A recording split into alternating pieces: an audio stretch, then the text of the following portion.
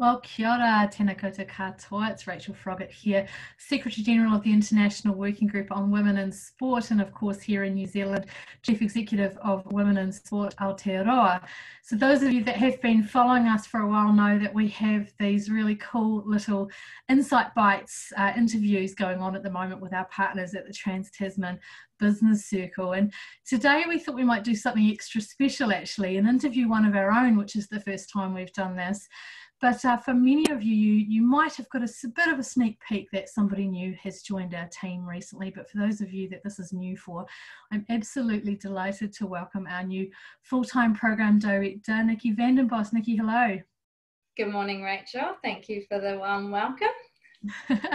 So you're exactly 2 weeks into the job today. Tell us how many days you actually did in the office before you then got sent home. I think it was roughly 6 office days, getting used to that environment, and yeah, sent in to get my screen and pack up and move home.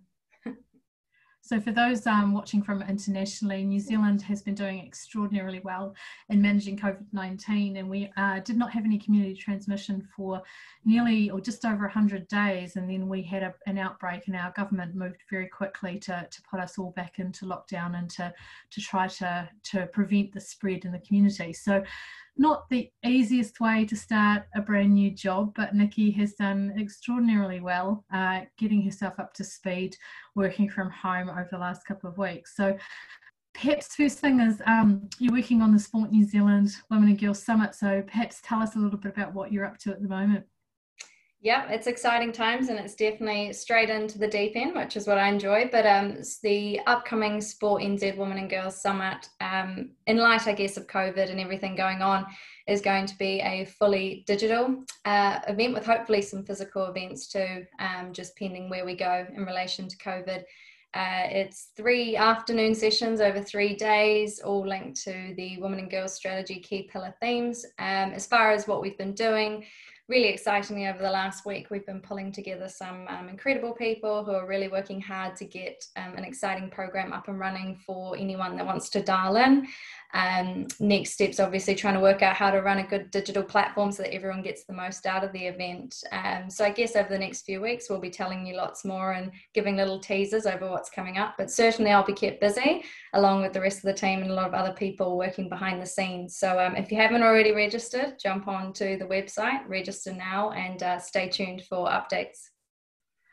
So you mentioned, a bit of a unique, I guess, setup this year. So last year, people who came along to the event will remember we had a really successful Women and Girls Summit at Te Papa in Wellington. We had over 350 people attend, and it seems like years ago now that we can have events of that size and we can have people gathered like that. So this year's quite unique in the fact that, as you mentioned, we have the national online program, and you sort of mentioned the regional events. What does that mean for people sort of dialing in around New Zealand?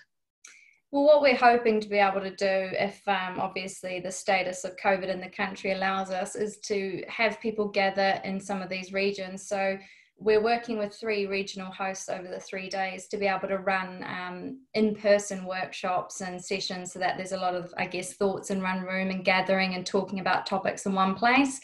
However, if you can't attend a region, obviously you'd be able to watch what's happening online.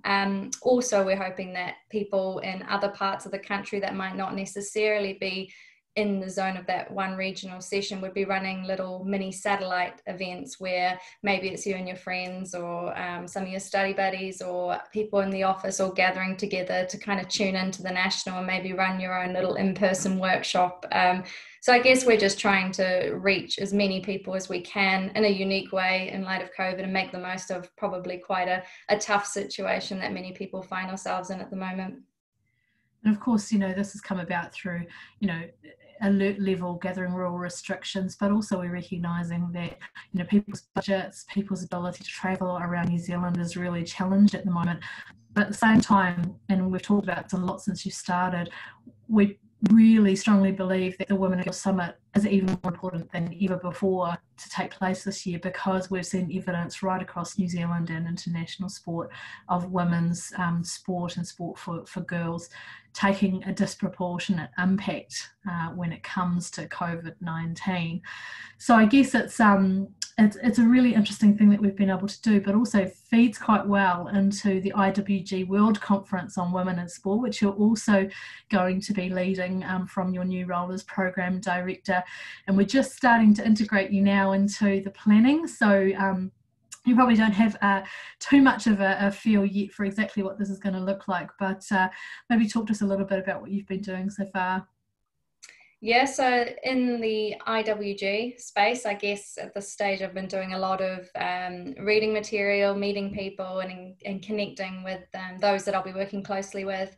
It looks like it's going to be a very busy time for me moving forward, as well as other people, I guess, involved in that. But I guess for the group of people potentially watching this, with the event skills and background I have, I'll be coming in to help run a lot of logistics and operations of what is going to be a fully digital physical hybrid event, and on a global scale, which is a bit of a first for me, as well as probably some other people involved.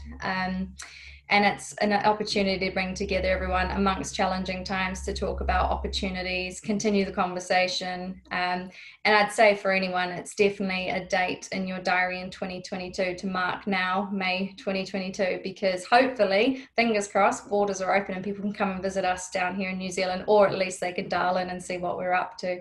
So yeah, definitely going to be a very busy 12 to 18 months for me. I can see that happening, and I'm just starting the conversations and really getting my fingers into a few different pies at the moment.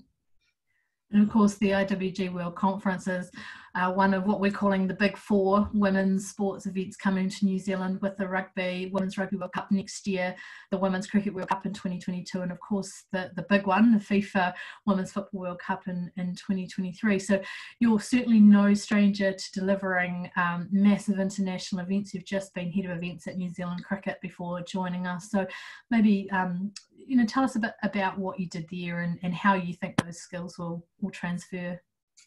Yep, so head of events at New Zealand Cricket is where I've just come from. At its core, what I was doing was leading a team of not only employees but colleagues, suppliers and supporters around the country and internationally, I guess, to be able to deliver men's and women's international cricket in New Zealand, broadcast games typically. So working across 10 venues around the country, multiple tours over the last 3 seasons. And our team would look after everything from planning the event to delivering it on the day. So things such as security and ticketing, working with our key partners to execute those functional areas. I guess the skills that I carry across is from transpiring that directly into what we're doing here is multiple balls in the air rolling all at once, having to juggle huge priorities that are all conflicting at the same time, bringing the logistics of something together, and when it comes to actually delivering, the ability to think on your feet pretty quickly and problem solve, because all best events obviously planned to the best they can be, but something will always catch you out, and that's, I guess, what makes an event and just someone special, is the ability to be able to troubleshoot on the fly and come up with solutions, and people are on board with that and make it work for the greater good. So definitely some interesting skills to carry across, but I'm sure there'll be loads to learn, and cricket's taught me a lot in a short space of time that I'm hoping I'll be able to add value to the IWG and also the Sport NZ Women and Girls Summit.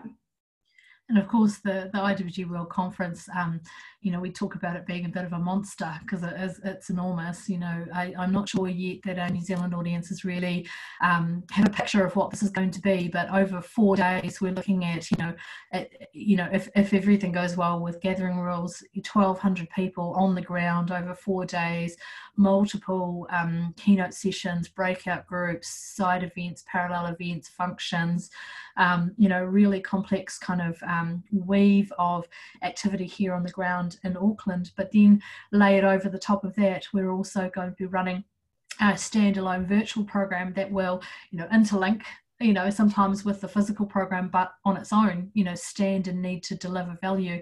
So I think, we're very lucky to have Nicky coming on board to help us navigate a really complex environment. And I think, Nicky, your background as well, you only came home to New Zealand a few years ago, actually. So maybe tell us a bit about what you were doing before you landed back here.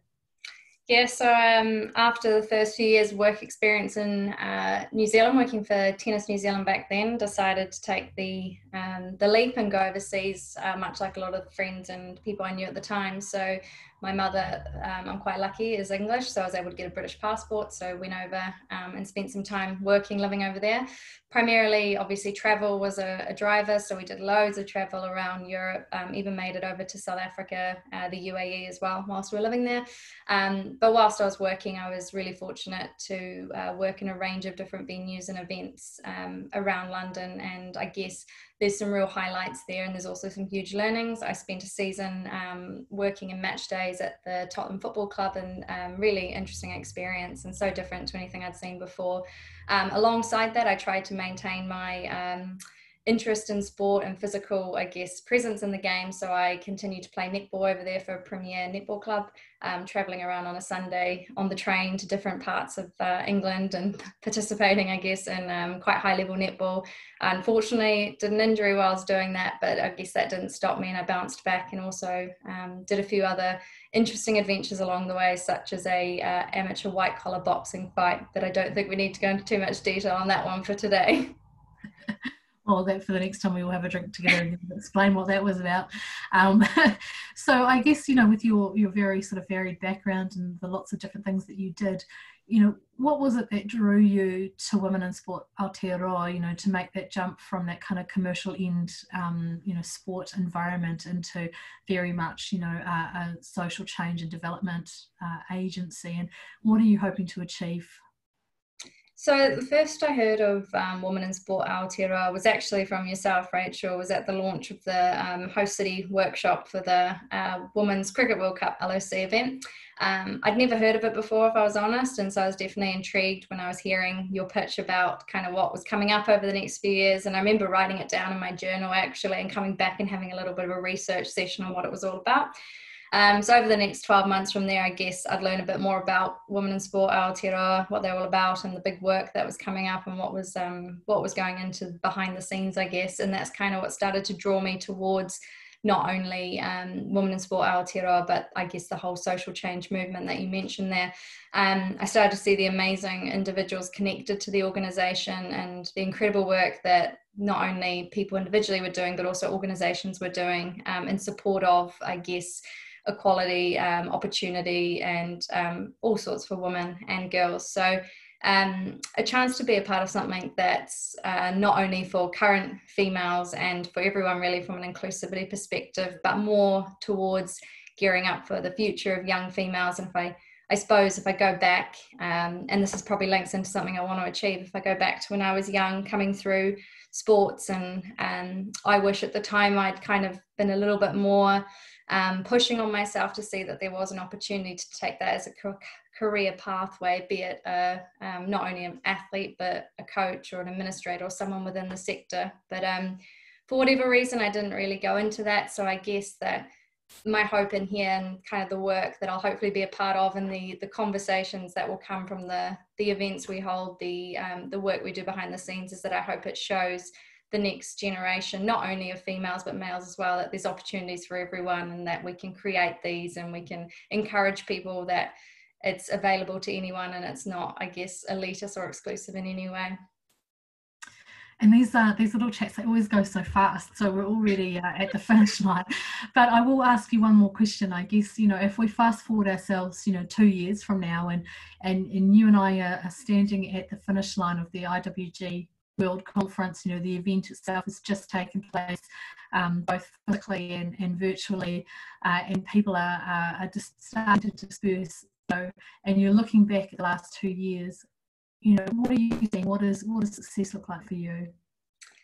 Yeah, I guess it's not going to go without its challenges, because COVID has presented such a unique challenge to everyone globally. But I would hope that in 2 years' time, one, I'm not I'm not burnt out. I'm just excited by having run an amazing event with a fantastic team. But I guess that the idea that this event's come together seamlessly. We've had so much interest internationally. We've aspired other people to continue the conversation, or at least to enact their own change, or by hearing other people's stories that they want to move forward with their own progression, whether it's personally or commercially in an organization.